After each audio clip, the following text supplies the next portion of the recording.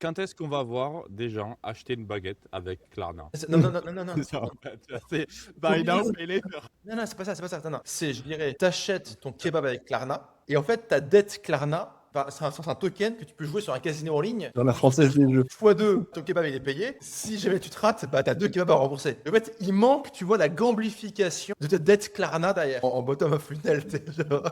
D'ailleurs, Klarna, je ne sais pas si vous avez suivi un petit peu le dossier, ça fait partie des, bon, déjà des pires IPO parce qu'en plus tard, ils ont dévissé de plus de 65%, un truc comme ça. Mais les mecs, lors de l'IPO, ils vont faire une vente de plus de 70% en secondaire et ils vont cash out plus d'1 milliard. Klarna, c'est vraiment un cas d'étude de mass extract absolument monumental. En tout cas, dans l'hypothèse où il y a ce scénario, clairement, c'est vrai que l'industrie du business en ligne est robuste. Si tant est, selon moi, qu'elle n'est pas 100%, ça anticipe un peu le sujet Claude, mais on en reparlera après, mais si tant est qu'elle n'est pas 100% dépendante de Claude Code, parce que finalement, tous tes actifs fragiles face au coût de l'énergie, et l'IA en fait partie, vont potentiellement être en difficulté. Et si, franchement, si le coût de l'énergie fait x3, ça va de toute façon se répercuter dans les coûts des abonnements. Et donc, selon moi, il y a un petit sujet, soit dans les coûts des abonnements, soit dans le simple fait que ça fonctionne.